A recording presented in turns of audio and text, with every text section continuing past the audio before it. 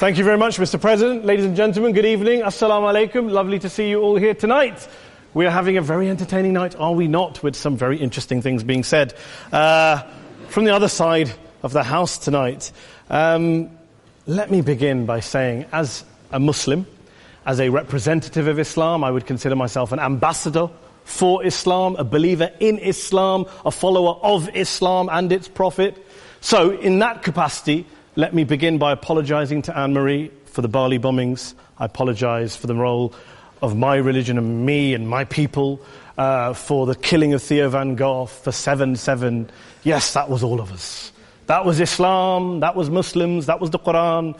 I mean, astonishing claims to make in the very first speech tonight, on a day like today, where the Conservative Prime Minister of the United Kingdom is having to come out and point out that these kind of views are anathema. And I believe you're trying to stand for the Labour Party to become an MP in Brighton.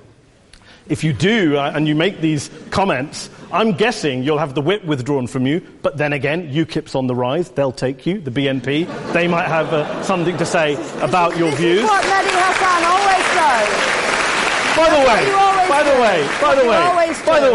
way, just on a factual point, since we heard a lot about the second speaker, about how backward we Muslims all are, on a factual point, you said that Islam was born in Saudi Arabia. Islam was born in 610 AD. Saudi Arabia was born in 1932 AD. So you were only 1,322 years off. Not bad? Not bad start there.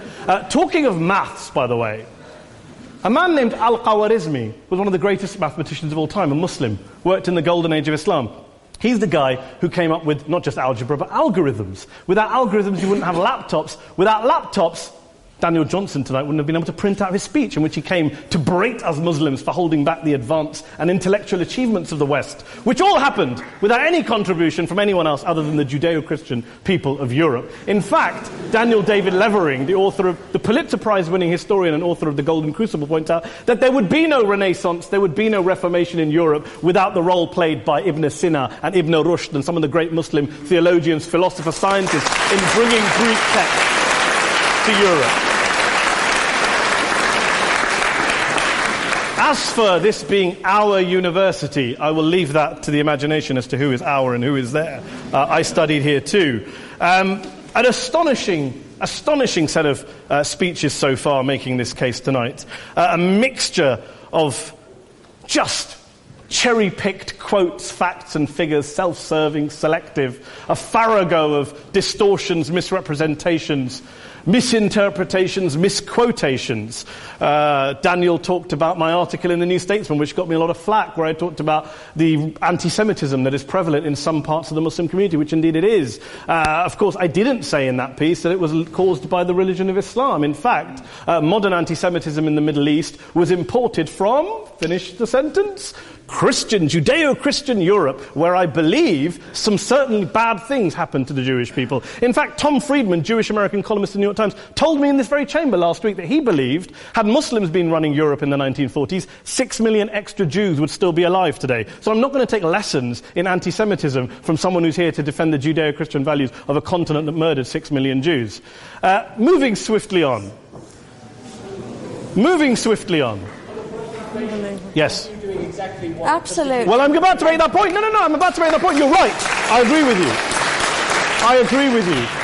you 110%. That is my point. I don't think Europe is evil or bad. I'm a very proud European. I don't want to judge Europe on that basis, but if we're going to play this gutter game where we pull out the Bali bombing and we pull out examples of anti-Semitism in the Islamic community, then of course I'm going to come back and say, well, hold on. I mean, look, let's be very clear. Daniel here was a last-minute replacement for Douglas Murray, who had to pull out. And Douglas and I have a well-documented differences, but to be fair to Douglas, as to be fair to Anne-Marie and to Peter, atheists.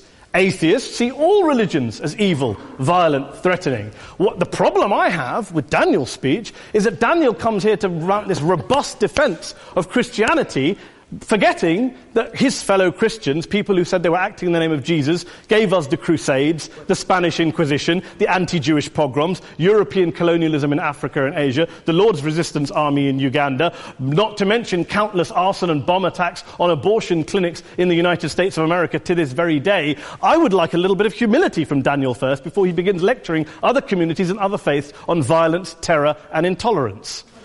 But, no thank you. Some water.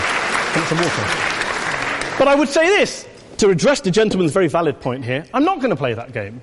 I don't actually believe that Christianity is a religion of violence and hate because of what the LRA does in Uganda or what Crusaders did to Jews and Muslims in Jerusalem when they took back the city in the 12th or 13th or whatever century it was.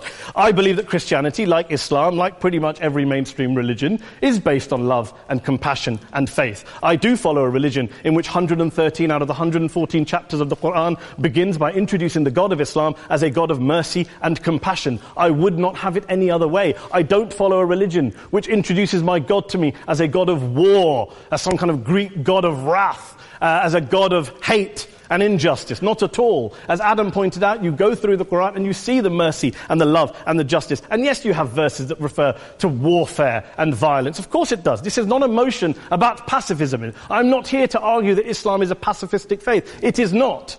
Islam allows military action, violence in certain limited contexts. And yes, a minority of Muslims do take it out of that context. But is it religious? We talked about Woolwich. Daniel and Anne-Marie have suggested that it's definitely religion that's behind all of this. Well, actually, what I find so amusing tonight is we're having a debate about Islam. And the opposition tonight have come forward. We have a graduate in law, a graduate in modern history, a graduate in chemistry.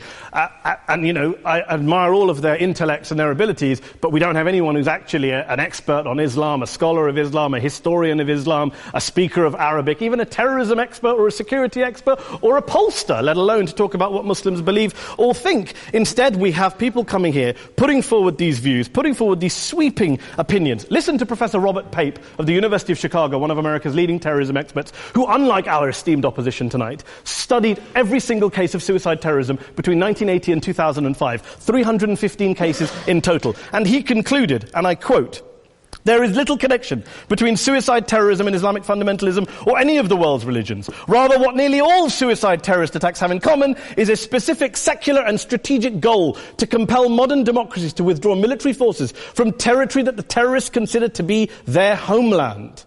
And the irony is, when we talk about terrorism, the irony is that the opposition and the Muslim terrorists, the Al-Qaeda types, actually have one thing in common. Because they both believe that Islam is a warlike, violent religion. They both agree on that. They have everything in common. Osama bin Laden would be nodding along to everything he's heard tonight from the opposition side. He agrees with them. The problem is that mainstream Muslims don't. The majority of Muslims around the world don't.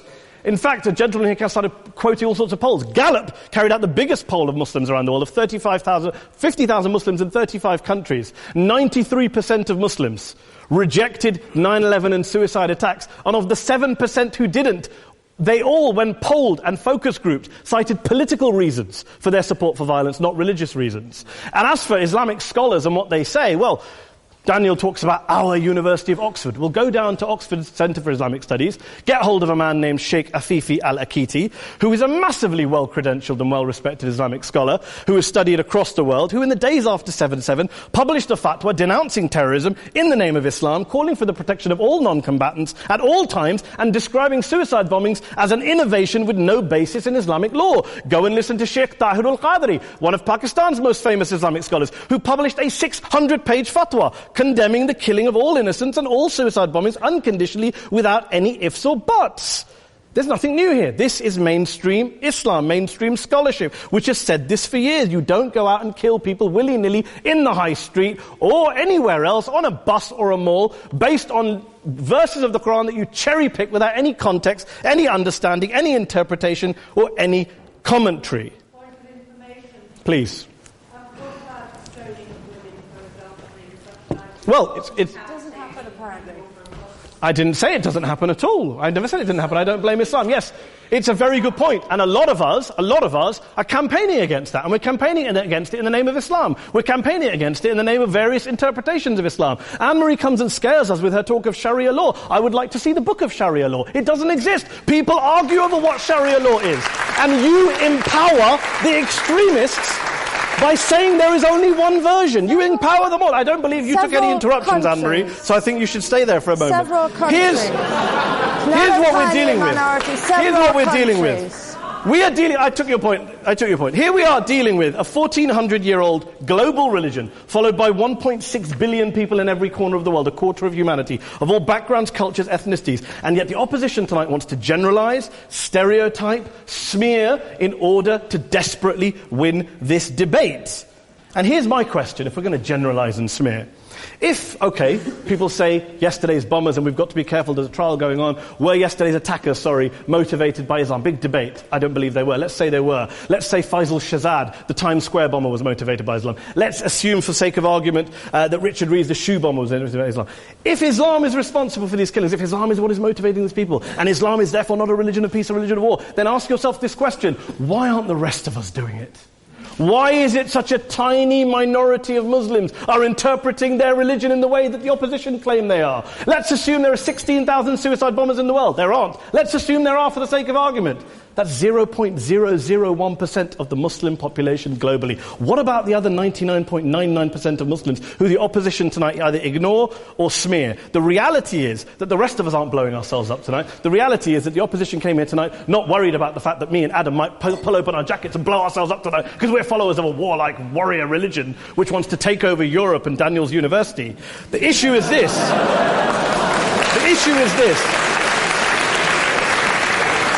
Unless the opposition can tell us tonight, and Peter Atkins is here, one of our great atheist intellectuals, can tell us tonight, can answer this question tonight, why don't the vast majority of Muslims around the world behave as violently and aggressively as a tiny minority of politically motivated extremists? Then they might as well give up and stop pretending they have anything relevant to say about Islam or Muslims as a whole. Ladies and gentlemen, let me just say this to you. Think about what the opposite of this motion is.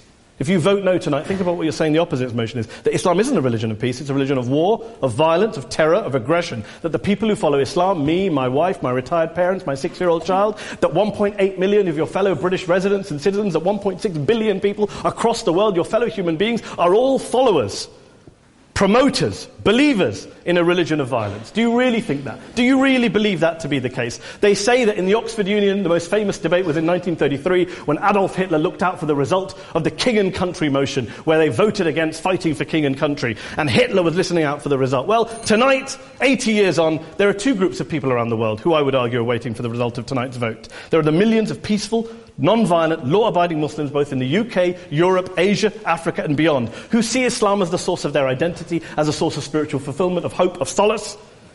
And there are the phobes, the haters, the bigots out there who want to push the clash of civilizations, who want to divide all of us into them and us and ours and their.